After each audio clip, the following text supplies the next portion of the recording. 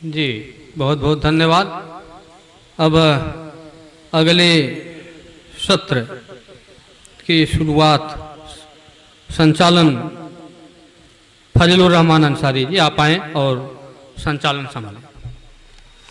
शुक्रिया लक्ष्मण जी। अब हम पहले सत्र की शुरुआत करने जा रहे हैं।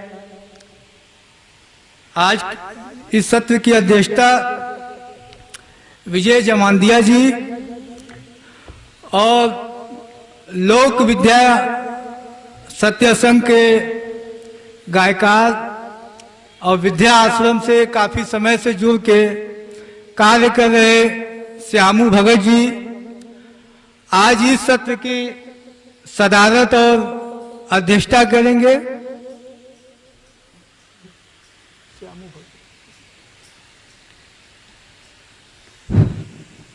आज के इस सत्र के वक्ता जो अध्यक्षता श्यामू भगत जी, विजय जमांदिया। आज के इस सत्र के वक्ता के रूप में राम जन्म जी, जो किसान समाज के बीच में काफी लंबे समय से कार्य कर रहे हैं और जिनकी एक किसान नेता के तौर पे नहीं बल्कि सामाजिक कार्यकर्ता के तौर पे पहचान है। बहुजन समाज के तमाम आंदोलनों में, चाहे वो किसान का आंदोलन हो, कारीगर का आंदोलन हो, किसी भी प्रकार का आंदोलन हो, तमाम आंदोलनों में सक्रिय भागीदारी करते हैं। हम चाहेंगे कि आप स्टेज पे आ जाएं, अगर हमारी आवाज उन तक पहुंच रही है तो। दूसरे वक्ता के रूप में राम दुलार जी, जो पेशे से अभिवक्ता हैं और बहुजन समाज के बीच में कार्य करते हैं। हमारी आवाज अगर उन तक पहुंच रही है तो वो भी स्टेज पे आ जाएं। तीसरे वक्ता के रूप में बहुजन आंदोलनों में सक्रिय भागीदारी करने वाले अमान अख्तर साहब तक हमारी आवाज पहुंच रही है तो वो भी स्टेज पे आ जाएं।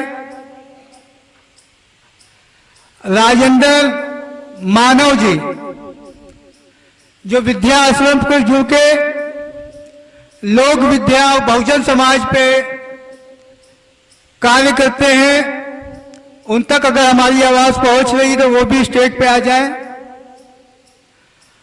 कृष्ण गांधी जी, जो बहुजन समाज, किसान समाज पे और स्वराज पे मजबूत समझ रखते हैं, हम उन तक भी अपनी आवाज पहुंचा दें कि वो भी जहां कहीं हो स्टेज पे आ जाएं। पारमिता जी, जो सामाजिक कार्यकर्ता हैं, समाज के तमाम मुद्दों पे, तमाम संघर्षों में बढ़ चढ़ के सहयोग करती हैं, हम उनसे भी चाहेंगे कि वक्ता के रूप में आप भी स्टेज पे आ जाएं।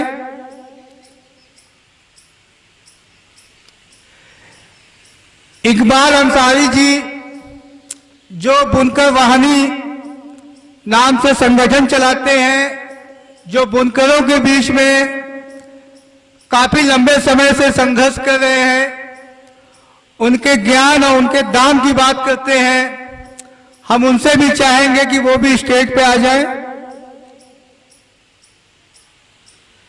शिव मूरत मास्टर साहब, जो बहुजन समाज से हैं, उन तक अगर हमारी आवाज पहुंच रही तो वो भी स्टेज पे आ जाएं।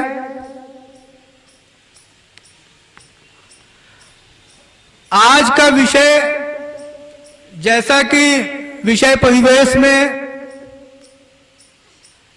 उन्होंने बताया, बहुजन समाज और उनका ज्ञान। बहुजन समाज आम लोगों की एक सामूहिक पहचान है, एक ऐसी पहचान जो सामूहिक संस्कृति,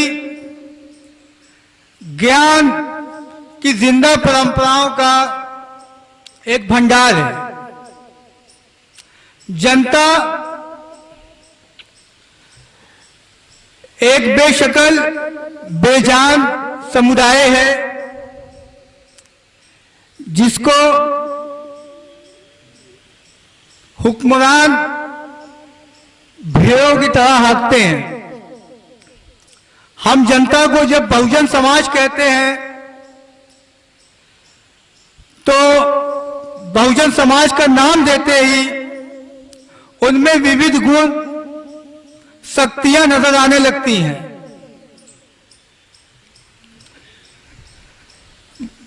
बहुजन समाज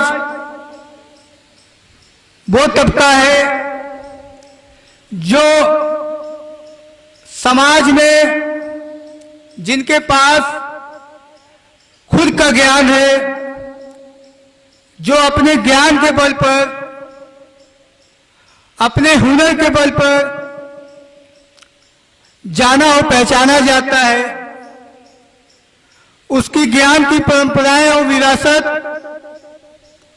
आज हम जो साझा संस्कृति, साझा विरासत की बात करते हैं, बहुजन समाज का ज्ञान और विरासत एक ऐसी विरासत है जिसको हम गंगा जमनी संस्कृति, भाईचारा भी कह सकते हैं। बहुजन समाज की पहचान जाति से नहीं, धर्म से नहीं, भाषा से नहीं,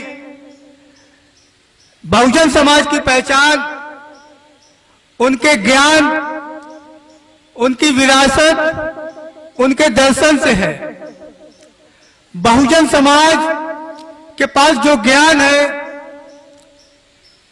जिसके बल पर उसने समाज के अंदर जो भाईचारे का निजाम पैदा किया,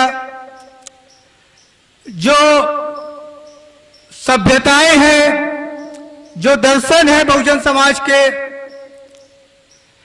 हम उस पर खुल के विचार रखने के लिए हम लोगों के बीच में जिन वक्ताओं का हमने नाम लिया वो अपनी बातों को रखेंगे।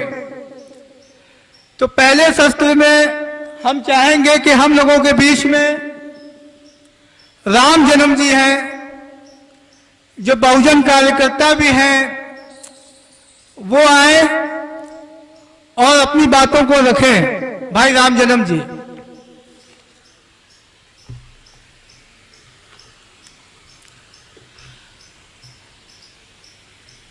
साथियों, जैसा कि चित्रा जी अपने स्वागत भाषण में कहा कि एक लंबी कवायद के बाद हम लोग बहुजन स्वराज पंचायत तक पहुंचे।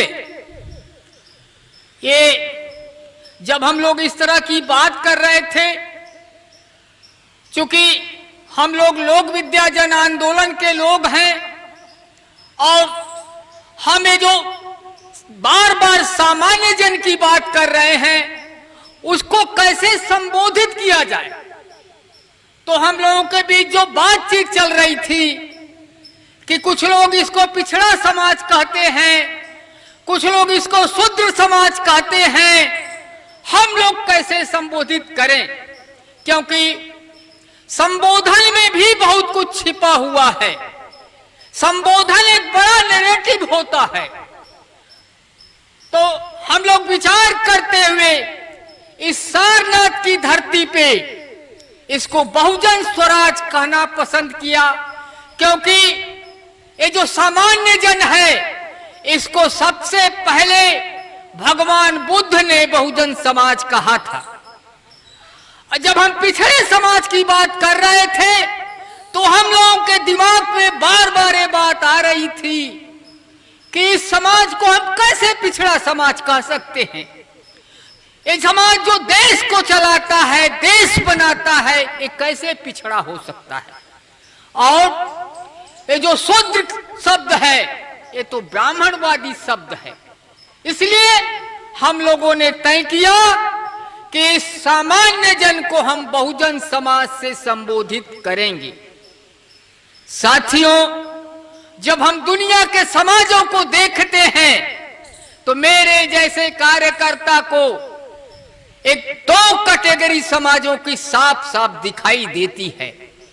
एक विशिष्ट समाज जिसको हम प्रोफेशनल समाज कह रहे हैं, और दूसरा सामान्य जन जिसको आज हम बहुजन समाज कह रहे हैं। साथियों, ये जो विशिष्ट समाज है, ये जो प्रोफेशनल समाज है, ये दुनिया को हाँक रहा है, दुनिया चला रहा है।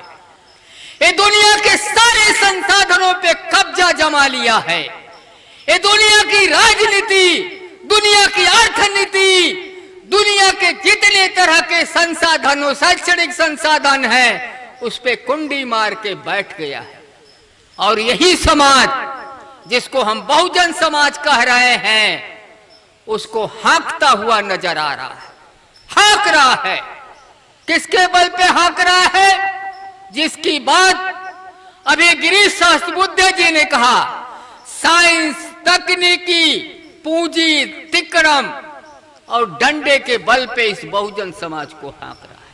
एक ऐसी व्यवस्था बन गई है, एक ऐसी आर्थिक राजनीतिक व्यवस्था बन गई है जिसमें प्रोफेशनल क्लास इस बहुजन समाज को तिरस्कृत समाज बना दिया है। जो दुनिया चलाता है, जो दुनिया बनाता है, जो सब कुछ पैदा कर रहा है, उसको तिरस्कृत समाज बना दिया है। उसको एक रस्सी से बांध दिया है, एक रस्सी से, एक ऐसी रस्सी से बांध दिया है, वो कुछ भी कर ले वो रस्सी नहीं खोल पा रहा है।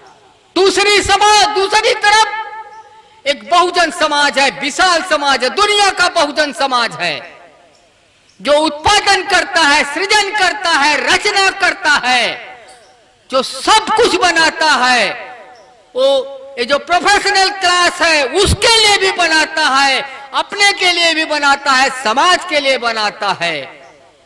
वो हाशिए पे, वो किनारे है। ऐसी दुनिया बन गई है। ऐसे समय में एक नई दुनिया कैसी बनाई जाए? बहुत सारे लोगों को लगता है, जितने तरह के परिवर्तन के कार्यकर्ताओं से मैं मिलता हूं, बहुत सारे लोगों को लगता है कि एक नई दुनिया बनानी चाहिए। नई दुनिया बनाने का सपना बहुत तरह के लोग देखते हैं, लेकिन ये नई दुनिया बनेगी कैसे? ये नई दुनिया बनाने का की शक्ति का स्रोत कहां है? इसके सूत्र कहां हैं? इसके दर्शन कहां हैं? उसमें हम चुप हो जाते हैं।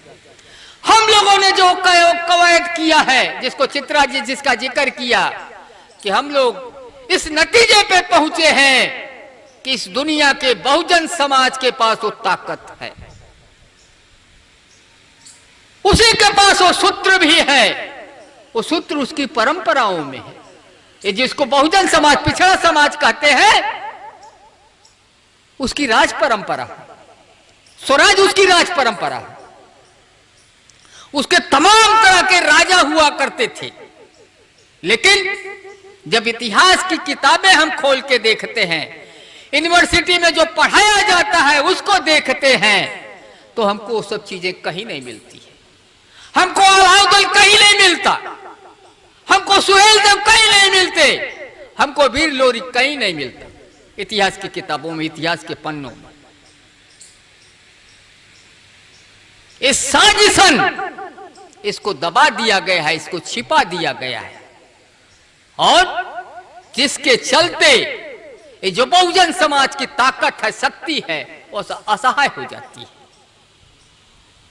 हमको उसी को उजागर करना इस पंचायत का मकसद है, बहुजन समाज की शक्ति को उजागर करना और एक सूत्र खोजना, जिस सूत्र की बात कई लोग करते हैं। एक सूत्र खोजना। सूत्र कौन खोजेगा? हम आप खोजेंगे। यहां बैठे हुए लोग जो चिंतन मनन करते हैं, जो परिवर्तन के तमाम कामों में लगे हुए हैं, जो जन अभियान के तमाम कामों में लगे हुए हैं, जिनका सामाजिक सरोकार है, दिन रात सोचते हैं, लगातार सोचते हैं, कुछ करते भी रहते हैं, लेकिन उस सूत्र तक नहीं पहुंच रहे। तो जो बहस है, ये जो पंचायत है, उसकी ये पहली कड़ी है, हमारे हिसाब से पहली कड़ी है। हो सकता है कि कहीं और शुरू हो चुका हो, लेकिन हमारे निगाह में उसकी ये पहली कड़ी है। साथियों, मैं कुछ बातें इतिहास का, जितना मैं समझता हूं इतिहास को, वो सब थोड़ी थोड़ी बातें मैं आपके सामने रखना चाहता हूं।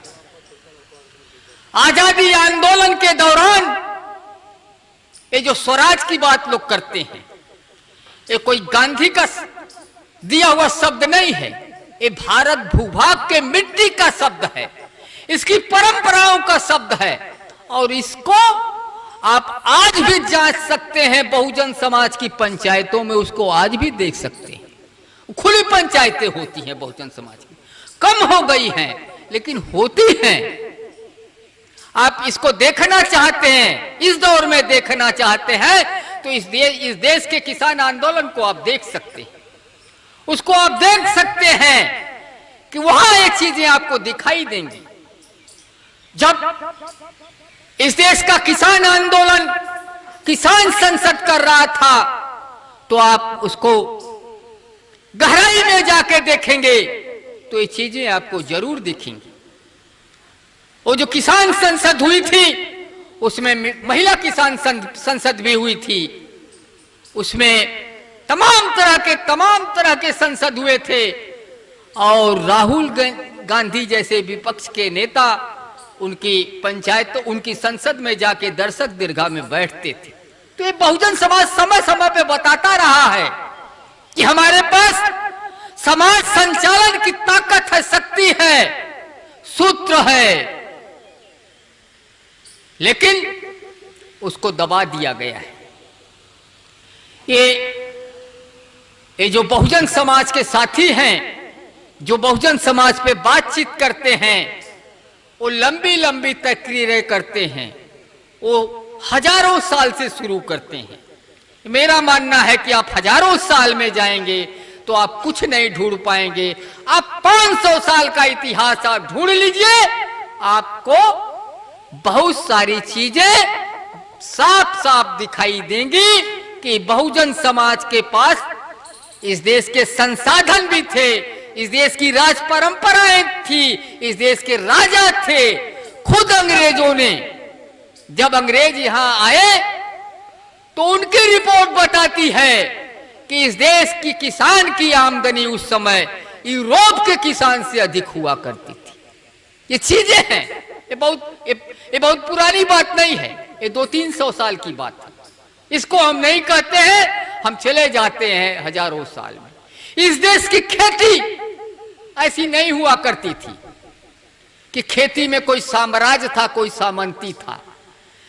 ये जो खेती की व्यवस्था थी समाज में, ये समाज करता था। ये जो खेती की अच्छी जमीनें हैं, जिन पे फसलें अच्छी होती थी, उनकी व्यवस्था समाज की करता था। बारी बारी से जो लोग खेती के काम में, जो समाज खेती के काम में लगा रहता था, वो बारी बारी से इस देश में खेती किया करता था। ये भारत के खेती का इतिहास है, हम इसको भूल जाते हैं, इसको नजरअंदाज कर जाते हैं। इसलिए हम न स्वराज पहचान पाते हैं, न बहुजन समाज की ताकत पहचान पाते हैं। हमको इस तरह के इतिहासों को ढूंढना होगा, खोजना होगा। ये मिलेगा कहां? ये कॉलेजों में नहीं मिलेगा, इन कॉलेजों में नहीं मिलेगा। लेकिन आप जब इस देश के स्मृतियों के इतिहास में जाएंगे तो तमाम तरह की चीजें आपको मिलेंगी। आप स्मृतियों का खनन करेंगे, ये बहुत सारी चीजें आपको दिखाई देंगी। उसके सहारे हम आप मिलके कुछ नया सूत्र गढ़ सकते हैं। जिसकी जरूरत है। आज जरूरत उसकी है, जैसा कि गिरीश जी कह रहे थे, जरूरत इसलिए है, हम मनुष्य हैं और हमारे सामने जो चुनौती है, अब समाज को छोड़ दीजिए, अर्थनीति को छोड़ दीजिए, आप पर्यावरण को देख लीजिए। न जीने लायक हवा है, न पीने लायक पानी है। और जिस साइंस ने इस तरह का भोजन, इस तरह का अनाज हमारे सामने प्रस्तुत किया, वही साइंस आज कह रहा है कि भोजन जहरीला है, उसमें रासायनिक की मात्रा बढ़ गई, वो मोटा अनाज ढूंढ रहा है। तो ऐसे समय में हमको तो कुछ न कुछ करना पड़ेगा, कुछ नया ढूंढना पड़ेगा, क्योंकि दुनिया की राजनीति जिस तरह से चल रही है, पूरी राजनीति पैसे के खेल में बदल गई। पैसा लगाओ पैसा बनाओ, पैसा लगाओ पैसा बनाओ। तो हम उस तरफ तो बहुत, लेकिन समाज से उम्मीद है। और भी चीजें जो दिखाई देती हैं, जब राजनीति वाले असहाय होते हैं तो वो समाज के पास, समाज को ही कहते हैं कि समाज के लोग खड़े होंगे तो फिर कुछ हो सकता है। ये 2024 का लोकसभा चुनाव आपके सामने मैं रखना चाहता हूं। मैं जिस पट्टी से आता हूं, पूर्वी उत्तर प्रदेश में, उस पट्टी में राजनीति करने वाला, चुनाव लड़ने वाले तमाम तरह के विशेषज्ञों को भी नहीं पता था कि इस तरह का परिणाम आ जाएगा, लेकिन जनता ने तय कर लिया था और उस तरह का परिणाम दिया, चौंकाने वाला परिणाम। तो आज भी जनता कुछ ढूंढ रही है, तलाश रही है, देख रही है। उस सूत्र को गढ़ने की बात है साथी। कई साथी हैं, बात रखेंगे, मैं कुछ चीजें कहना चाहता हूं। जब इस दुनिया में कम्युनिस्ट आंदोलन शबाब पे था, तो एक कम्युनिस्ट मैनिफेस्टो बना, एक नया नैरेटिव गढ़ा गया और नारा दिया गया कि दुनिया के मजदूरों एक हो। और जब आजादी आंदोलन चल रहा था, तिलक ने नारा लगाया,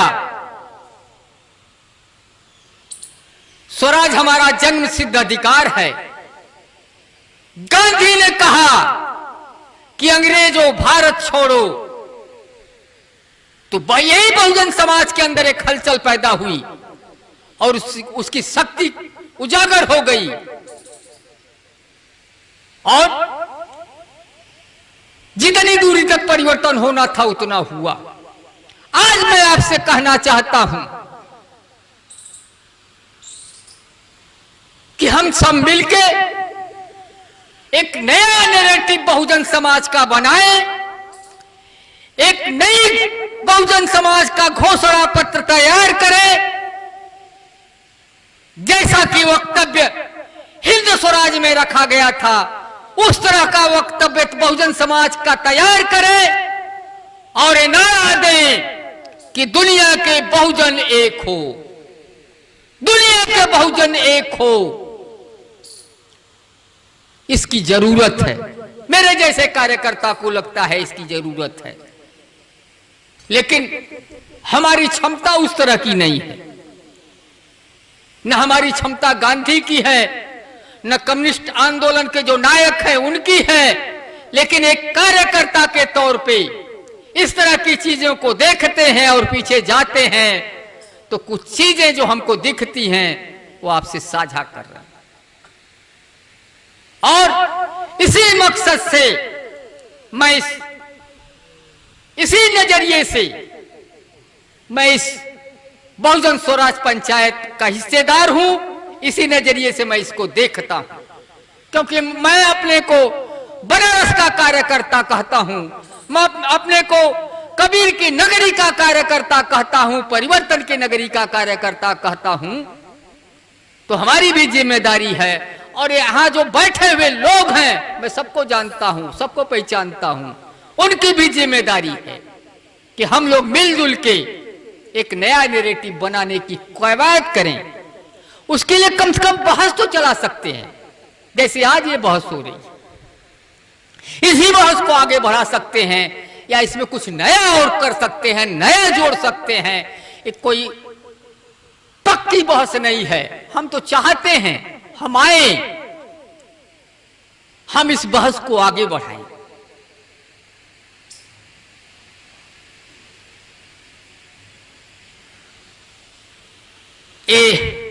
पंचायत, क्योंकि अंतोगत्वा ये तो करना ही पड़ेगा। अब इसको बिना किए हम सबका छुटकारा नहीं। सत्ता बदल जाए, कुर्सी बदल जाए, वो तो चलता रहेगा, वो भी जरूरी है कुछ देर के लिए, लेकिन वो क्षणिक है, वो तात्कालिक है। एक बड़े परिवर्तन की जरूरत है, एक बड़े लकीर खींचने की जरूरत है।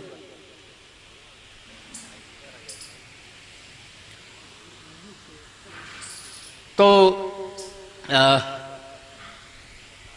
मैं अपनी बात खत्म कर रहा हूं और हमको उम्मीद है, यहां हमारे कई साथी बैठे हुए जिनके साथ मैं रोजमर्रा काम करता हूं, और मुझे देखिए हमको कैसे लगता है जब अपने गांव जाते हैं, अपने खेतों में जाते हैं और खेतों में धान रोपती हूं उन महिलाओं को कजरी गाते हुए। हमारे इलाके में कजरी की गीत गा करके महिलाएं धान रोपती, तो मुझे देखता हूं उनको, तो वहां मुझे जो दिखता है कला, ज्ञान और श्रम का अद्भुत संगम, कला ज्ञान का अद्भुत संगम, जिसपे बहुजन, जिसपे स्वराज गढ़ा जा सकता है। आज के दौर का स्वराज, जब हम अपने गांव के कुम्हार को देखते हैं, चाक पे बैठे हुए कुम्हार को, जब अपने इलाके के बुनकर को देखते हैं, वहां भी हमको कला ज्ञान का अद्भुत संगम दिखाई देता है। तो यदि हमारा बहुजन समाज इतना ताकतवर है तो हमको कुछ चीजें गढ़ने की जरूरत है, उसको आगे बढ़ाने की जरूरत है। बहुत बहुत धन्यवाद। शुक्रिया राम जन्म जी। आपने बहुजन समाज और स्वराज पर जो बातें कही, क्योंकि वक्ता कई हैं और समय 1:30 बजे तक का दिया गया है, तो हम वक्ता साथियों से ये निवेदन करते हैं कि 20 मिनट में ही अपनी बात को खत्म करें। अगले वक्ता के रूप में कृष्ण गांधी जी हम लोगों के बीच में मौजूद हैं,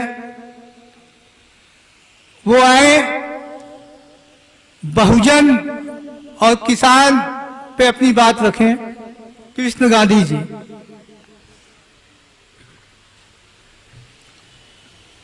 साथियों, बहुजन स्वराज पंचायत में हम लोग बैठे हैं। बहुजनों का स्वराज कैसे हो, इस पर हम लोग चिंतन मनन करने बैठे हैं। उस कार्य को कैसे आगे बढ़ाया जाए, इस पर सोचने के लिए हम लोग बैठे हैं। बहुजन क्या है, कौन है, इसके बारे में तो कुछ स्पष्टता हो चुकी है। हम लोग यही मानते हैं कि जो सामान्य व्यक्ति हैं, सामान्य जीवन जीने वाला समाज है, वही बहुजन समाज है।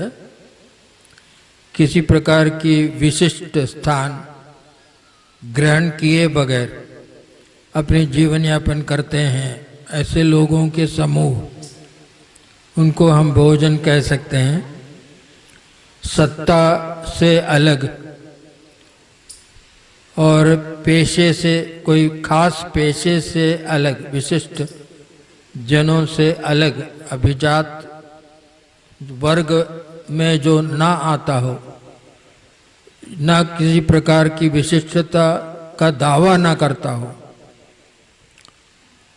ऐसे समाज में, समाज को ही हम बहुजन समाज मानते हैं, तो ऐसे बहुजन समाज के संबंध में कुछ सामान्य बातें मैं उससे शुरू करना चाहता हूँ। पहली बात यह है कि बहुजन समाज में भी कई समाज हैं, छोटे समाज हैं, जैसे आदिवासी समाज हैं, महिलाएं हैं, कारीगर हैं, किसान हैं और विभिन्न जातियां हैं। तो इन समूहों के आपसी रिश्ते क्या हों, इस पर भी हमें सोचने की ज़रूरत है। राम जन्म ने जैसे बताया कि आज बहुजनों के एक मंच पर आने की ज़रूरत है, तो एक मंच पर हम कैसे आएंगे और एक दूसरे का हमारा व्यवहार कैसे होगा एक दूसरे के साथ, इस पर भी हमें सोचने की ज़रूरत है। हम देख रहे हैं कि जो भी सत्ता है, आज तक जो भी सत्ता हमने देखा है, वो सत्ता हमेशा यही चाहती है कि बहुजन समाज आपस में लड़े, उनके बीच में वैमनस्य पैदा हो, बहुजन एक ना हो पाए और उनको किसी न किसी बहाने उन पर दमन चलाना, यही सत्ता का आज तक व्यवहार हमने देखा है। तो हम ये हमारे लिए बहुत आवश्यक है कि हम बहुजनों को एक कैसे करेंगे, उसके हमारे तरीके क्या होंगे, इस पर हमें सोचने की ज़रूरत है। एक जो तरीका मेरे समझ में आया है, वो हमारे देश में बहुत पहले से आजमाई हुई एक तरीका है, वो है अहिंसा का तरीका। तो न केवल हम अहिंसा हम अपने शत्रुओं पर भी हम अहिंसा का प्रयोग करेंगे, लेकिन हम आपस में सबसे पहले आपस में भी अहिंसा का पालन करें, ये बहुत ज़रूरी है, ऐसा मुझे लगता है। जैसे अभी काफ़ी सत्ता का ये हमेशा एक प्रयास रहा है कि कोई भी आंदोलन खड़ा होता है तो उसको हिंसक बनाना। अगर मान लीजिए वो अहिंसक है तो भी उसको उसमें ऐसे तत्वों को घुसपैठ कराना जो उसको हिंसक रास्ते पर ले जाते हैं, ये सत्ता का हमेशा प्रयास रहा है। आंदोलनों को कुचलने का सत्ता का यही एक तरीका रहा है। अभी हाल में हम लोगों ने देखा लद्दाख में अहिंसक आंदोलन चल रहा था, उसको किस तरीके से बदनाम किया गया और हिंसक कुछ वारदातें हुई, उसी को उस पर सत्ता का फोकस है अभी, उसको बदनाम करने के लिए कि आंदोलन हिंसक हो गया। हालांकि पिछले 6 सालों से 2019 से लेकर के आज तक वो आंदोलन अहिंसक शांतिपूर्ण रहा, लेकिन उस बात को वो दबाना चाहते हैं और ये एक छाप उस आंदोलन पर डालना चाहते हैं कि वो हिंसक आंदोलन है, इसलिए उसको कुचलना है। तो अहिंसा हमारी परंपरा है। हम हमारे बहुजनों को एक मंच पर लाने के लिए भी अहिंसा का ही मार्ग अपनाएंगे और हमारा आंदोलन भी अहिंसक रहेगा। हमारे शत्रु जो भी हों, वो शत्रु एक व्यक्ति या समूह ना होकर के एक विचार होता है, ये भी हमें सोचने की जरूरत है। क्योंकि अक्सर हम भूल जाते हैं कि जैसे अक्सर हम लोग ब्राह्मणवाद की चर्चा करते हैं, तो मुझे लगता है कि एक प्रवृत्ति हो जाती है कि ब्राह्मण हमारे शत्रु हैं। ऐसा मैं नहीं मानता।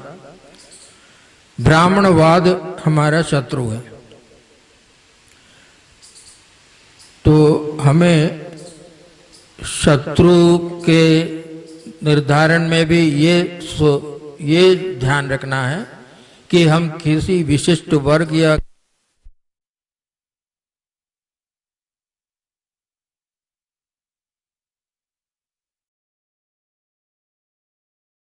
ये है कि जब हम शोषित और शोषक ऐसे समाज में दो वर्ग देखते हैं, तो जितना परेशान शोषित वर्ग हैं उससे कोई बहुत कम परेशान वो शोषक वर्ग भी नहीं है।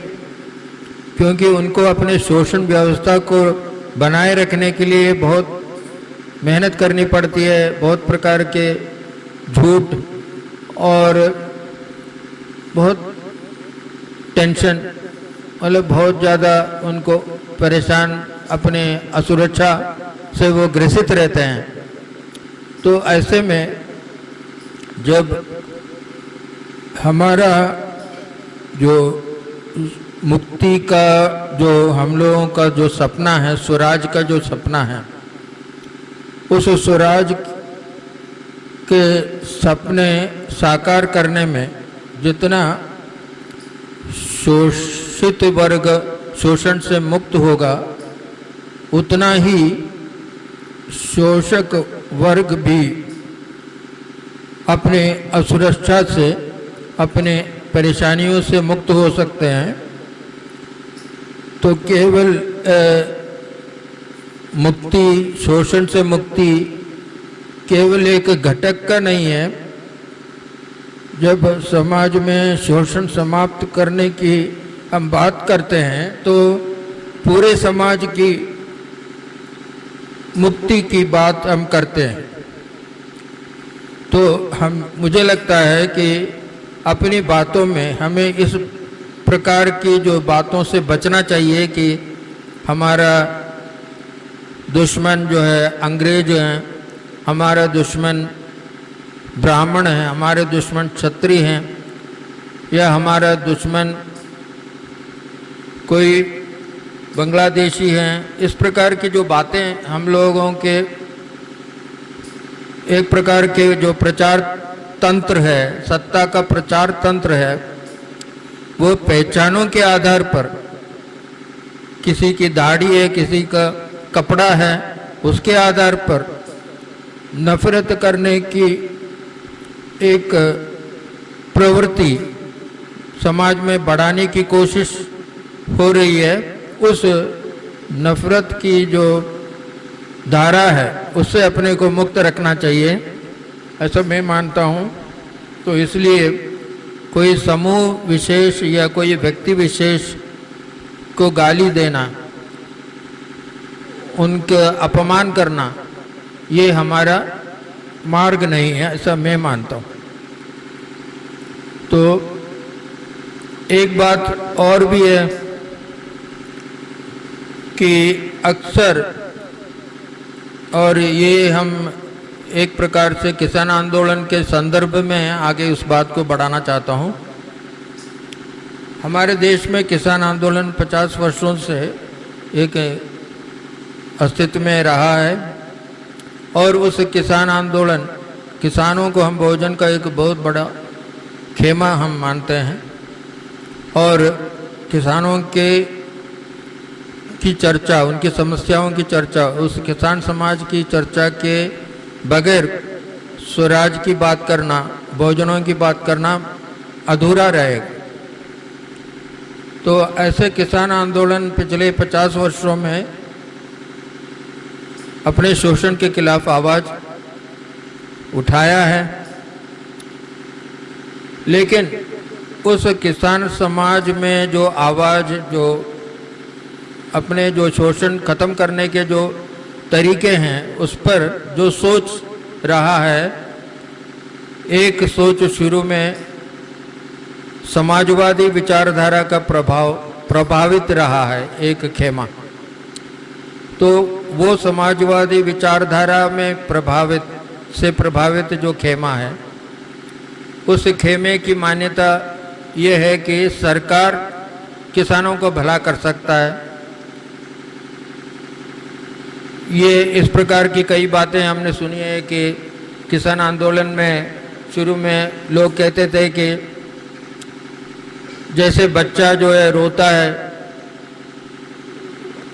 तभी जो है माँ उसको दूध पिलाती है, तो इसी तरीके से किसान अपने आवाज़ बुलंद करेगा तभी जो है सरकार उसका ध्यान उसकी तरफ देगी और सरकार को ही सब करना है।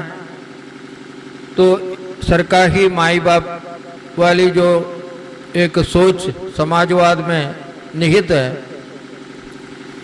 तो उस सोच के प्रभाव में शुरू में किसान आंदोलन में जो मांगें निकली थी, उसमें ज़्यादातर उसकी जिम्मेदारी किसानों ने सरकार पर डाली।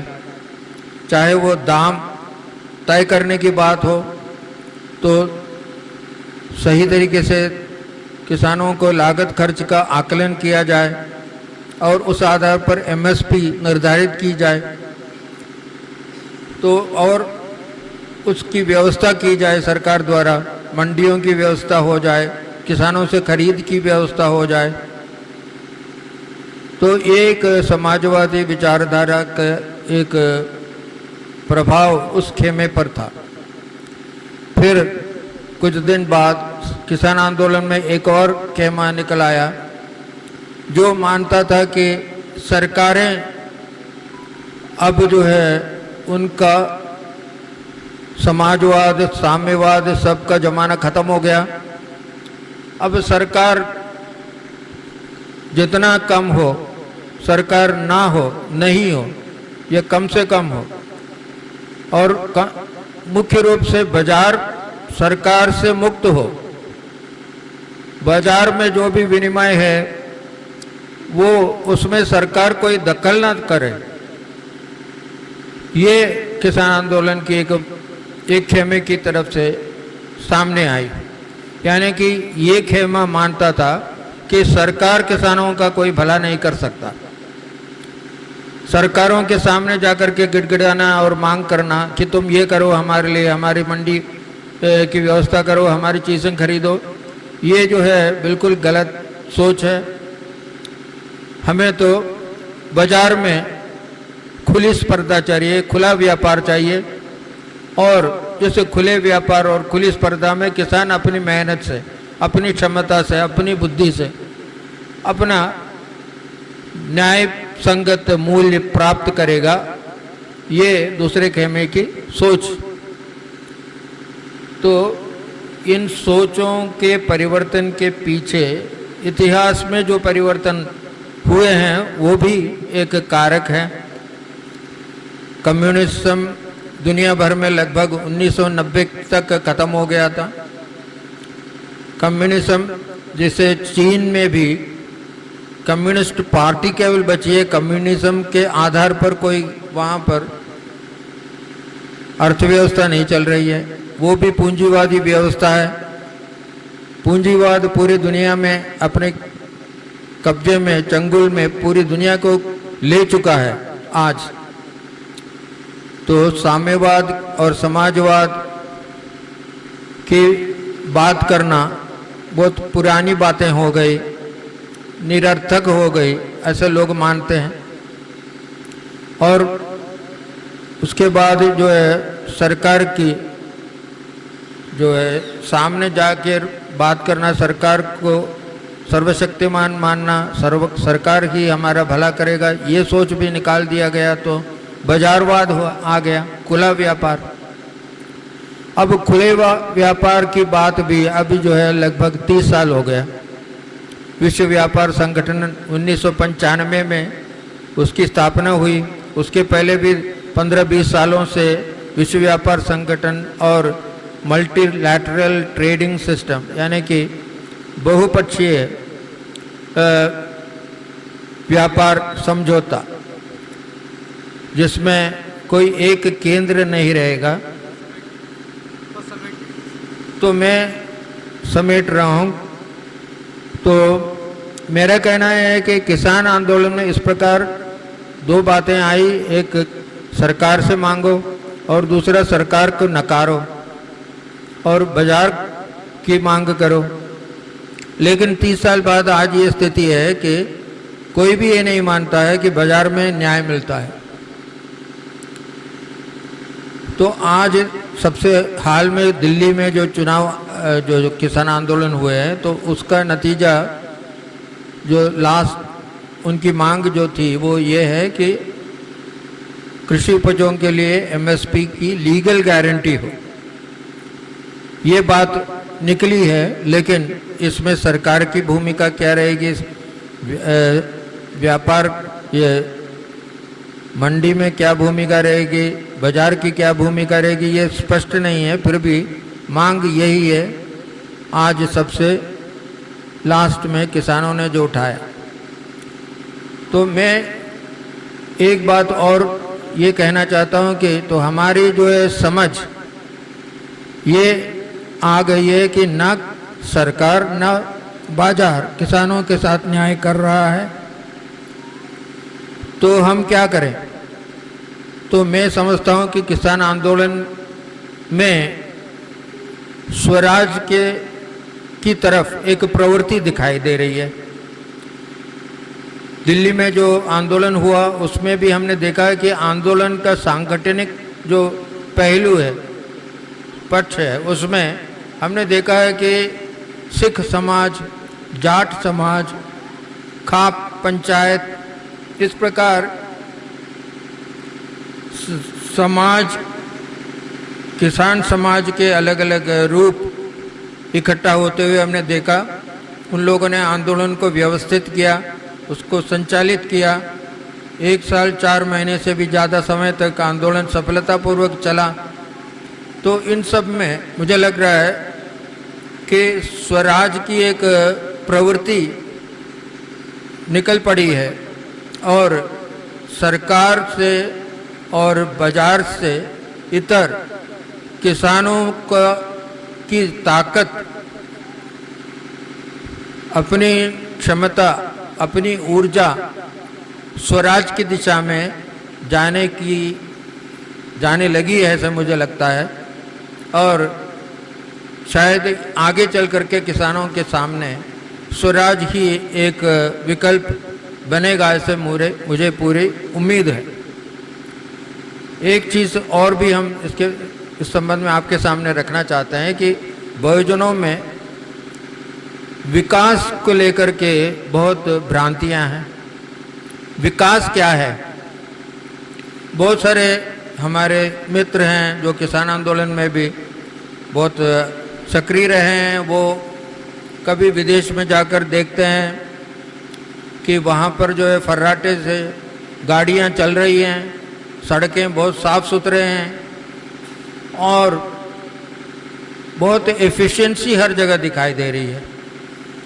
यानी कि बहुत फटाफट, बहुत कम समय में बहुत सारे काम होते हुए लोगों को दिख रहा है। और सब चकाचक, रेलवे स्टेशन हो, हवाई अड्डा हो, गाड़ियां हो, इमारतें हो, सब चकाचक दिखाई दे रहा है। तो शायद लोगों के मन में लगता है कि विकास मतलब यही होता है। और इसी विकास के लिए वो लोग कह रहे हैं कि हाँ, मोदी जी यही विकास हमारे देश में ला रहे हैं, तो बहुत अच्छा काम कर रहे हैं। हम लोग भी वही विकास चाह रहे हैं, जैसे चीन चमक रहा है, जैसे अमेरिका चमक रहा है, जैसे सिंगापुर चमक रहा है, वैसे हमारा देश भी चमके। ऐसे काफ़ी लोगों के मन में विकास के बारे में एक धारणा यह है। तो हमें इस पर काफ़ी गहनता से विचार करने की ज़रूरत है कि विकास मतलब चमकते हुए शहर, चमकता हुआ हवाई अड्डा, चमकते हुए कार, और ये सब चीज़ें हैं, इमारतें हैं, यह विकास का मायना कुछ और है। मैं समझता हूँ कि जब हम लोग बहुजन समाज की बात कर देंगे, स्वराज की बात करते हैं, तो हमारे लिए विकास कोई लक्ष्य नहीं है। हमारे लिए विकास कोई मायने नहीं रखता है, चाहे किसी भी प्रकार का विकास हो।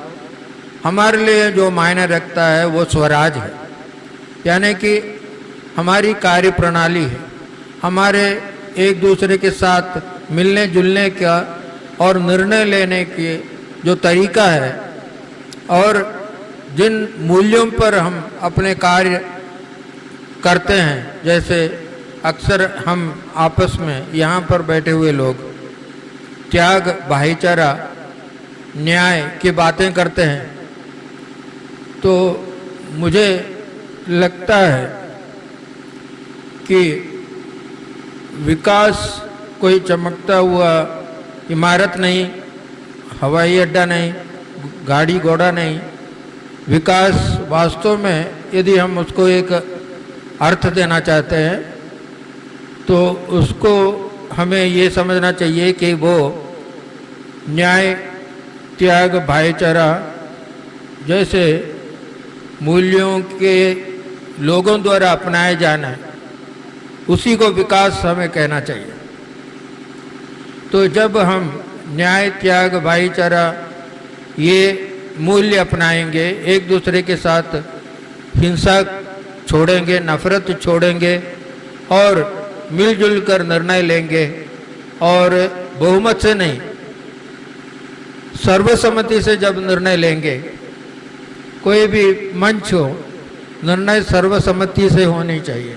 जब तक सर्वसम्मति नहीं होती है तब तक हम बहस करेंगे, एक दूसरे की शंकाएं दूर करेंगे। यदि हम इस रास्ते पर चलेंगे जो स्वराज का रास्ता है, तो हमें इस बारे में भ्रमित होने की जरूरत नहीं है कि विकास क्या है। जो भी हम करेंगे वो सही रास्ते पर हम जाएंगे। हम सबके भलाई के लिए, सबकी खुशहाली के लिए काम करेंगे। यही मैं आपके सामने रखना चाहता हूँ। धन्यवाद। और काफी अच्छे तरीके से उन्होंने अपनी बात को रखा। हम लोगों के बीच में डोमरी में जो भूमि अधिग्रहण किया जा रहा है, भारतीय किसान यूनियन के लोग वहां पे आंदोलन कर रहे हैं। उस आंदोलन से हम लोगों के बीच चल के आए भारतीय किसान यूनियन के साथियों का मैं दिली खैर मकदम स्वागत और अभिनंदन करता हूं। साथ ही इंदौर से चल के आए काफी संख्या में कलाकार साथियों का भी हम विद्या आश्रम में दिली खैर मकदम स्वागत और अभिनंदन करते हैं।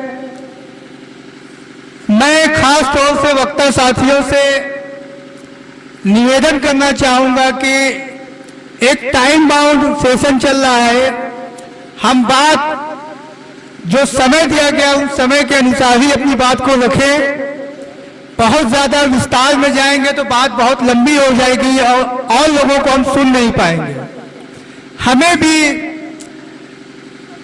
कारीगर समाज में जो सबसे बड़ा समाज है बुनकर समाज, मैं उस समाज से आता हूं। हमें भी बहुत सी बातें रखनी थी, लेकिन समय कम होने की वजह से मैं चाहूंगा कि कारीगर समाज यानी बुनकर समाज के बीच में काफी लंबे समय से संघर्ष कर रहे, उनके बुनियादी समस्याओं को लेकर संघर्ष कर रहे, उनकी आर्थिक समस्याओं को लेकर संघर्ष कर रहे, उनकी ज्ञान की गैर बराबरी को लेकर संघर्ष करते रहे। साथी इकबाल अंसारी साहब हम लोगों के बीच में मौजूद हैं। मैं उनसे भी गुजारिश करना चाहूंगा कि बहुत ही कम समय में और महत्वपूर्ण मुद्दों पर ही अपनी बात को रखें। भाई इकबाल अंसारी साहब। आज के इस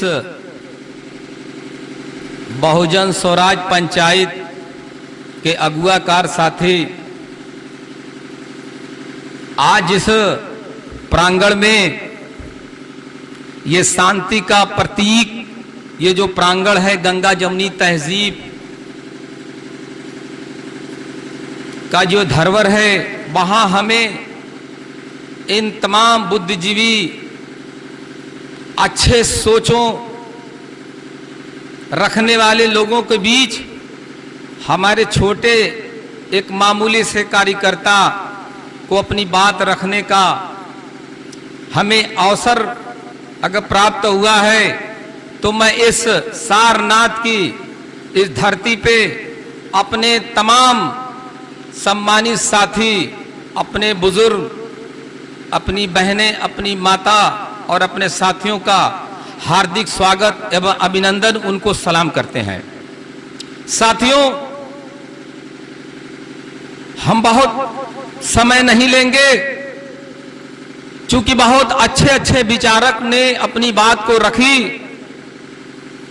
और अभी बहुत अच्छे लोग भी आपके बीच आपसे रूबरू होंगे। मैं चंद लम्हों में अपनी बात खत्म करूं कि उससे पहले मैं ये कहना चाहूंगा कि मैं किस समाज से आता हूं। मैं एक बुनकर समाज से आता हूं, स्वयं बुनकरी करता हूं और बुनकरी करके अपना और अपने परिवार के लोगों का गुजर बसर करता हूं, और उसी में से समय निकाल के समाज में जो कमजोर तबका है, जो नाबराबरी है, जो नाइंसाफी है, उसी के सवाल पे जो भी अपना समय मिलता है, इन तमाम लोगों के बीच मैं इत्तेहाद और इत्तेफाक की हमेशा बात रखने की प्रयास और कोशिश करता रहता हूं। मैं समझता हूं धरती पे, इस पूर्वांचल की धरती पे बुनकरी एक बड़ा हब है। जो किसान इस देश का अन्नदाता है, तो बुनकर समाज कपड़ा बनाने का काम करता है और तन ढकने का काम करता है। तो जिस तरीके से किसान भाइयों आप आंदोलन करते हो, मेरा एक निवेदन है, मेरी गुजारिश है कि आप इस दो अपने छोटे भाई, किसान हमारा बड़ा भाई है, तो बुनकर समाज के लोग भी आपके छोटे भाई हैं। तो मैं चाहता हूं कि जो भी आंदोलन, जो भी संघर्ष हो, हक और हुकूक के सवाल पे, इत्तेहाद और इत्तेफाक के सवाल पे, मजहब और बिरादरी के सवाल पे नहीं साथियों, मैं बात कर रहा हूं हक और हुकूक के सवाल पे, इंसाफ के सवाल पे, इनकलाब के सवाल पे, एकता और इत्तेहाद के सवाल पे इन बुनकर भाइयों को भी अपने साथ साना बसाना, कंधे से कंधे मिला के लेके चलने की बात करो। चूंकि हिंदुस्तान की आजादी की लड़ाई जो मोबिला के किसानों ने लड़ी थी, उसी तरीके से बुनकर समाज के लोग ने भी उसमें अपना, अंग्रेज जो है ये चाहते थे कि किसी तरीके से जो स्वदेशी आंदोलन ये बन हो जाए, उनके बुनकरों के अंगूठे तराशने का काम कर, ये हुनर रखते थे। तो ये विश्वविद्यालयों में ये जो ये बड़े बड़े लोग हैं, ये कौन से लोग हैं, ये तय करना चाहते हैं कि ये जो कारीगर समाज का लोग है, सर्टिफिकेट ये कैसे बांटते हैं, वो भी एक हुनर रखता है। किसान समाज का साथी जो जमीन से मिट्टी जोत के, जो हल चढ़ा करके उसमें बीज डाल के किसानी के करता है, वो भी उसका मास्टर है, वो भी उसका कारीगर, वो भी उसका उस्ताद है, वो भी जो जन्मदाता है। उसी तरीके से बुनकर समाज डिजाइन बना के, कपड़ा बना के तैयार करता है, तो भी उसका जो बड़े बड़े यूनिवर्सिटी से बड़े बड़े आप जो है इससे बढ़ा करके प्रोफेसर बना करके अगर आप लोन पे खड़ा करा दीजिए, करके पे खड़ा करा दीजिए और एक उसमें ताक भी अगर पहनवा दीजिए उस प्रोफेसर से, तो मैं कहूं वो भी अपने हिसाब का, वो भी आप एक मास्टर है और वो भी उसका जो है जन्मदाता, वो भी डिग्री दाता है। तो जितने कलाकार हैं, जो हास्य कलाकार हैं, जो हारमोनिया बजाते हैं, जो नाव बनाते हैं, जो मल्ला है, जो खेती किसानी करते हैं, जो बिल्डिंग बनाते हैं, जो तमाम तरीके के अपने अपने क्षेत्रों में काम करते हैं, वो भी उसके उस्ताद और मालिक है। तो मैं चाहता हूं हुनर के एतबार से उनको जो कम से कम उनको जीविका का क्राइटेरिया, मापदंड भी तय होना चाहिए। आज तमाम हम लोगों को जात के नाम पर, मजहब के नाम पर, मंदिर के नाम पे, मस्जिद के नाम पे, चर्च के नाम पे, गुरुद्वारे के नाम पे, हिंदू के नाम पे, मुसलमानों के नाम पे अलग अलग हमको दिशाओं में बांट दिया गया है। चूंकि सत्ता में लोग इस तरीके से ऐसी व्यवस्था बना रहे हैं ताकि आप जातों के बीच उलझते रहो और हमारा जो है ये राजतंत्र हमको चलता रहे। आप नजर उठा के देख लो, तमाम सत्ता में बैठे, चाहे सत्ता पक्ष हो चाहे विपक्ष हो, कोई बड़ा लीडर हो, उनकी अपनी व्यक्तिगत कोई परेशानियां आती है तो आप देख लो, चाहे सत्ता में बैठने वाले मंत्री जी हो, चाहे विपक्ष में बैठने वाले विधायक जी हो, सब एक दूसरे के सुख दुख में साथी हो जाते हैं। लड़ते हैं कौन? लड़ते हैं आप, हमको नारा लगवा करके हमको संघर्षों के मैदान में झोंक दिया जाता है। लेकिन इनके जो बड़े कारपोरेट जगत के लोग हैं, जो पूंजी घराने के लोग हैं, उनके लड़के विदेशों में पढ़ते, एसी के कमरे में पढ़ते हैं, एसी के प्लेन से सफर करते हैं और एसी में जाकर के नौकरी पा जाते हैं। हम आप कल भी धूल फांकते थे, आज भी धूल फांकेंगे। और इसीलिए इन तमाम विचारधाराओं से हट करके केवल एकता की बात की जाए। स्वराज अभियान की बात है, हम उसमें अपनी बात को आगे जोड़ते हुए कहेंगे कि ना बराबरी ना इंसाफी की बात खत्म होनी चाहिए, एकता की बात होनी चाहिए, इत्तेहाद इत्तेफाक की बात होनी चाहिए। तो हम बुनकर समाज के लोग, आप जानते हैं बुनकरी 72 रुपया थी, बुनकरों को जीने खाने का जो अधिकार सरकार ने दे रखा था, जो यूपी की गवर्नमेंट से पास था, विधानसभा में पास था, विधान परिषद में पास था, यूपी की गवर्नर की दस्तखत हो गई थी, तो उसके बाद बुनकरों को फ्लैट रेट पे जो बिजली दी जा रही थी, जीने खाने की व्यवस्था बना रही थी, उसको सरकारों ने उसको समाप्त कर दिया है। आप जानते हैं दुनिया में उतनी महंगाई नहीं बढ़ी होगी, 640% बुनकरों के साथ बिजली में रेट बढ़ा दिया गया। ये कहां का इंसाफ है मेरे साथियों, ऐ मेरे किसान भाइयों। मैं कहता हूं आप जाके दिल्ली में 12-12, 13-13 महीना आप जो जाके आंदोलन करते बैठे रहते हैं, तो मैं चाहता हूं बुनकर समाज के बीच भी बुनकर और किसान दोनों आपस में भाई है। बुनकर समाज अगर छोटा भाई है तो किसान बड़ा भाई है। बड़े भाई को मैं ये निवेदन के साथ ये कहना चाहूंगा कि आप किसानों भाई मेरे बुनकरों को भी कहिए, आवाज लगाइए, अरे मेरे बुनकर भाई आप भी मेरे साथ हो, आपकी अलग पीड़ा है, मेरी अलग पीड़ा है। आप जो है अगर मैं किसानी करता हूं तो आप तन ढाकने का काम करते हैं, अगर मैं अन्न पैदा करता हूं तो आप तन ढाकने का काम करते हैं। तो बहुत कुछ ना कहते हो फजलरहमान भाई, 1 से 1.5 मिनट में मैं अपनी बात खत्म कर दूंगा, चूंकि मैंने पहले ही कह दिया था कि मैं बहुत ज्यादा समय नहीं लूंगा, फिर कभी मौका मिलेगा, अवसर मिलेगा। चूंकि फजलरहमान भाई ने अपील किया था, मैं बहुत सारे साथियों को तो नहीं जानता, मैं 2-3 साथियों को जानता हूं। यहाँ मैं एकता जी को जानता हूं और रवि भाई को जानता हूं, और हमारे जो यादव जी आप जो भाषण दे रहे थे अभी, आप यादव जो किसान के नेता है, राजेंद्र जी, राम जन्म जी, उनको जानता हूं, और फजलरहमान भाई को, और ये मेरे आंदोलनों के कविता जी, रवि जी हुए, फजलरहमान भाई हुए, और ये साथी हुए, हमारे जन आंदोलनों की एक पहचान है। ये मेरे को रिश्ते और बिरादरी जाति की पहचान नहीं है, ये मेरे खून के रिश्ते से भी ज्यादा अजीज है, जो जन आंदोलन की कतार में हक और इंसाफ के सवाल पे, एकता और इत्तेहाद के सवाल पे अगर साथ चलने का, अगर कदम से कदम मिलाकर अगर जज्बा रखते हैं, तो मेरे खूनी रिश्ते से भी ज्यादा मेरे अजीज है। मैं हिंदू और मुसलमान की बात नहीं करता साथियों। बहुत कुछ ना कहते हुए इस बनारस की नगरी में, इस मऊ की सरजमी से आप सभी लोगों को क्रांतिकारी अभिवादन के साथ मैं अपनी बात को खत्म कर रहा हूं। बहुत बहुत शुक्रिया, और कभी मौका मिलेगा इत्तेहाद और इत्तेफाक के सवाल पे जहां भी आवाज लगाओगे, ये बंदा मौका निकाल के, ये बुनकर मजदूर साथी आपके साथ कदम से कदम मिला के चलने का प्रयास करेगा। बहुत बहुत शुक्रिया, खुदा। शुक्रिया इकबाल भाई।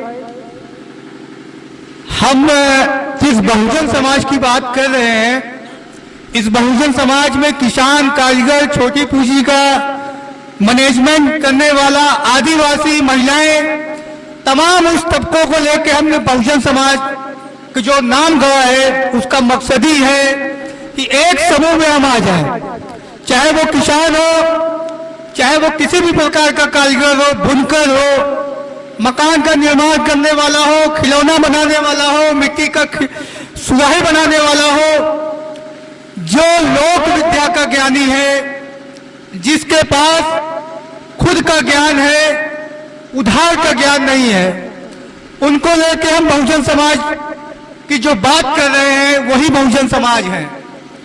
ये इस नजरिए से ना देखा जाए कि हम जातियों का समूह को बहुजन समाज कहते हैं, बल्कि हम ज्ञान के नजरिए से देखें तो जो जनता है असल मायने में वही बहुजन समाज है।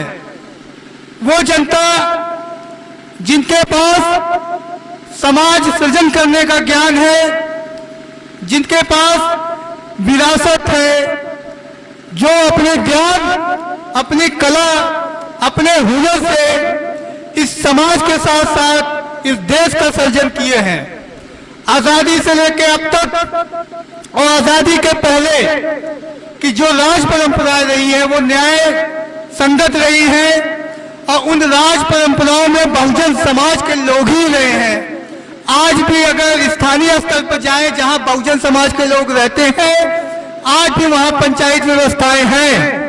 एक साजिशन इस पंचायत जो पंचायत का नाम है, जो बहुजन समाज ने जो नाम रखा है, जो व्यवस्थाएं रखी हैं, उसको समाप्त करने की एक साजिश है। उसको हम मीटिंग, बैठक का नाम देते हैं। बैठक यानी एक व्यक्ति बोलेगा और लोग नहीं बोल पाएंगे, जबकि पंचायत का मतलब है कि सामूहिक लोग अपनी बात रख सकते हैं। सामने वाला अगर गलत बोलेगा तो सामने बैठा हुआ व्यक्ति उसको टोक सकता है कि आपने जो बात कही है वो कहां से कही है, उसका तर्क क्या है। लेकिन आज की व्यवस्थाओं में एक ऐसी व्यवस्था बना दी गई है कि एक व्यक्ति आएगा जो बुनकर समाज से नहीं होगा, जो कारीगर समाज से नहीं होगा, जो किसान समाज से नहीं होगा, और किसानों की खुशहाली का रास्ता बताएगा। किसान अगर खुशहाल नहीं है तो किसान खुशहाली का रास्ता बताएगा। जो गैर किसान है वो किसान की खुशहाली का रास्ता नहीं बता पाएगा। ये बात तो पहले हमें तय करनी होगी। जो कारीगर समाज है, कारीगर समाज की खुशहाली का रास्ता कारीगर समाज के पास है। गैर कारीगर समाज आके कारीगर की खुशहाली का रास्ता बताए, ये किसी कीमत पर बहुजन समाज को मंजूर नहीं है। और कारीगर समाज और किसान समाज की जो नीतियां बनती हैं, उन नीति बनाने वालों में कारीगर और किसान समाज का जब तक व्यक्ति नहीं होगा तब तक उनके पक्ष की नीति नहीं बन पाएगी, उनके विरोध की नीति बनेगी। ये बात भी हमें कहनी होगी। साथ ही हम चाहते हैं हम लोगों के बीच में सामाजिक मुद्दों पे काफी अच्छी समझ रखने वाली, बहुजन मुद्दों पे तमाम आंदोलनों में बढ़ चढ़ के सहयोग करने वाली हम लोगों की बहन पारमिता जी यहाँ मौजूद हैं। हम उनसे गुजारिश करना चाहेंगे कि वे आए और उन मुद्दों पे जो आपकी समझ है, जो आपका अनुभव है, उसको हम लोगों के बीच में बयां करें ताकि हम लोगों को भी ऊर्जा मिले। भाई बहन पारमिता जी हम लोगों के बीच में आए। फैजुल रहमान जी मुख्यतः एक नेता हैं, इसलिए जब वो संचालन भी करते हैं तो नेता के ही भाव में आ जाते हैं। इसलिए कई बार वो संचालक के तौर पे भी भाषण ही उनको याद आने लगता है। इसलिए उसको कोई बात नहीं, हम लोग को उसको ध्यान नहीं देना चाहिए। जो है थोड़ा समय कम है, इसलिए मैं कम समय में अपनी बात को रखूंगी। आज के ये बहुजन स्वराज पंचायत में मंच पे हमारे आदरणीय सामू भगत जी हैं और विजय जावंधिया जी का भी नाम मंच पे लिया गया था, लेकिन तब शायद विजय जावंधिया जी नहीं थे। मैं आप दोनों को प्रणाम करते हुए और सामने जो इस बहुजन स्वराज पंचायत में जो आए हुए साथी हैं उन सबको प्रणाम करते हुए अपनी बात को करती हूँ। वैसे तो बहुत सारे साथियों ने, हमारे इकबाल भाई ने भी, फैजुल रहमान जी ने भी, सभी लोगों ने अपनी बात को कह दिया है कि हम जो आज बहुजन की बात कह रहे हैं, बहुजन का मतलब क्या है। ऐतिहासिक तौर पे देखें तो बहुजन हम किसान के रूप में देखते हैं, कारीगर के रूप में देखते हैं, आदिवासी के रूप में देखते हैं, और एक बहुत बड़ी ताकत है महिलाएं, सब स्त्रियां, उनके रूप में देखते हैं। लेकिन इसके साथ आधुनिक स्तर पे उस बहुजन का क्या संबंध है। तो जो आज हमारा इलेक्ट्रिक बिजली का काम करने वाला जो मिस्त्री है वो भी बहुजन है, वो भी उसी ज्ञान की परंपरा से आता है जिससे बहुजन आता है। जो हमारा प्लम्बर है, जो गाड़ी का मैकेनिक है, जो घर बनाने वाले हैं, जो टाइल्स बनाने वाले हैं, जो मोबाइल बनाने वाले हैं, जो लैपटॉप बनाने वाले हैं, वो सारे के सारे लोग उसी विधा से समाज में जो सीखने सिखाने की परंपरा है उसी विश्वविद्यालय से, समाज के विश्वविद्यालय से निकले हुए लोग हैं। आज हम जो अगर ऐतिहासिक स्तर पे देखें तो जो बहुजन समाज था उसका शासक और बहुजन का जो संबंध था उसमें बहुत दूरी नहीं थी। चित्रा जी का एक लेख भी है जो पुस्तिका आप लोगों को मिल रही है, उसमें ये लिखा है कि जो शासक भी होता था वो बहुजन समुदाय का ही होता था। उसका किसानी से ऐसा नहीं था कि किसानी नहीं करने वाला था। हम बुद्ध की धरती पे बैठे हैं। बुद्ध का जन्म जो है किसी ऐसे ही जंगल में और पेड़ के नीचे हुआ था। बहुत छोटा सा जो संघ था, समुदाय था, उसके राजा थे, उनका बेटा था। कि सारे लोग जो धीरे धीरे जब समाज बढ़ने लगा तो शासक और प्रजा के बीच की जो दूरी है वो खत्म होती गई। आजादी के 80 साल बाद भी हम बैठ के बहुजन स्वराज की बात कर रहे हैं। क्यों कर रहे हैं हम बहुजन स्वराज की बात?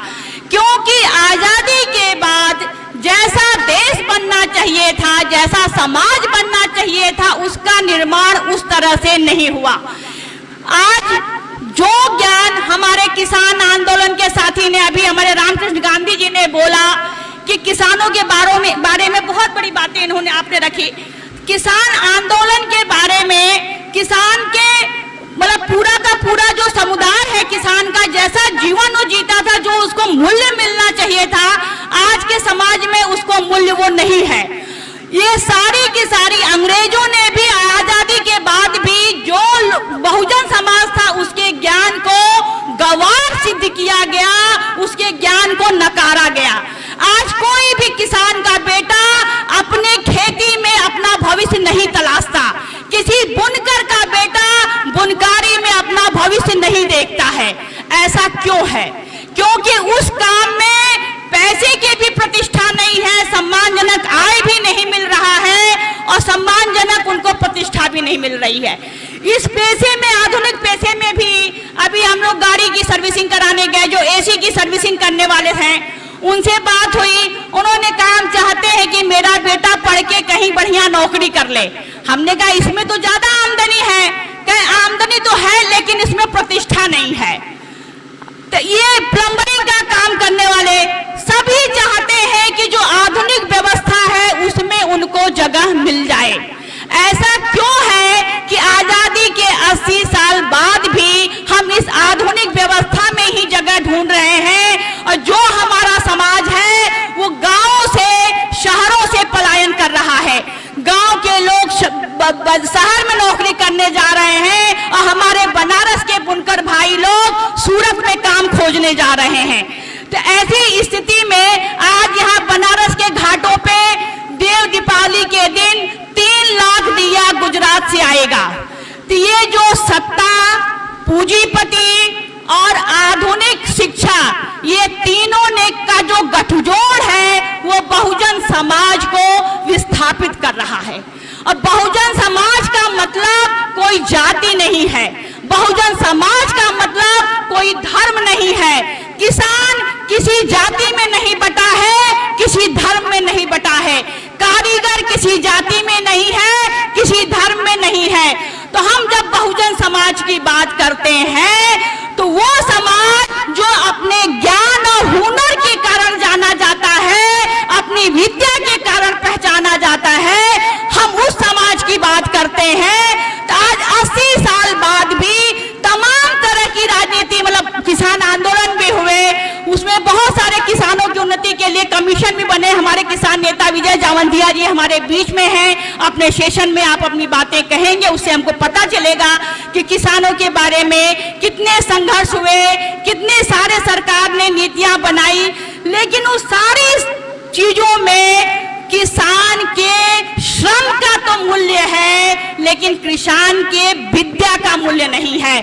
जब एक प्रोफेसर पढ़ाता है विश्वविद्यालय में तो उसके श्रम का मूल्य नहीं मिलता है कि 1 घंटा तुमने पढ़ाया तो तुम्हारे श्रम का मूल्य दे दें। जो वो पढ़ाता है वो उसके विद्या का मूल्य मिलता है। तो हम भी ये मांग करते हैं कि किसान हो, कारीगर हो, उसके विद्या का मूल्य मिलना चाहिए, उसके श्रम के मूल्य की मांग नहीं करते हैं। हमको भागीदारी चाहिए इस व्यवस्था में, तो हमारे विद्या की भागीदारी होनी चाहिए।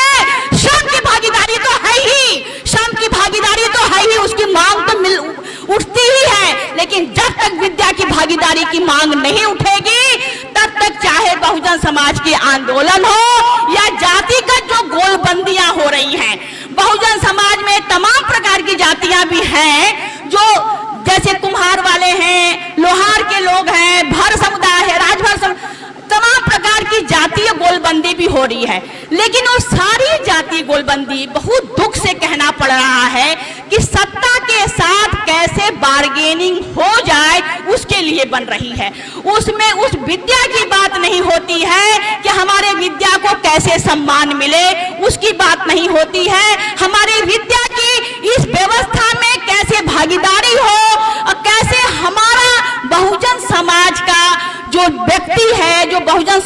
छोटा समुदाय है, कैसे उसको भी ज्ञानी होने का दम आए। गांधी ने जो लड़ाई लड़ी थी, वो अंग्रेजों ने हमको, हमारे आत्मविश्वास को कमजोर कर दिया था। गांधी ने हमारे आत्म स्वाभिमान को बढ़ा के स्वराज की लड़ाई लड़ी थी। तो आज अगर बहुजन का स्वराज होना है, बहुजन का संघर्ष होना है, तो उसके आत्मसम्मान को जब तक हम ऊंचा नहीं उठाएंगे, तब तक संघर्ष आगे नहीं बढ़ेगा। कोई बात नहीं, मेघ जी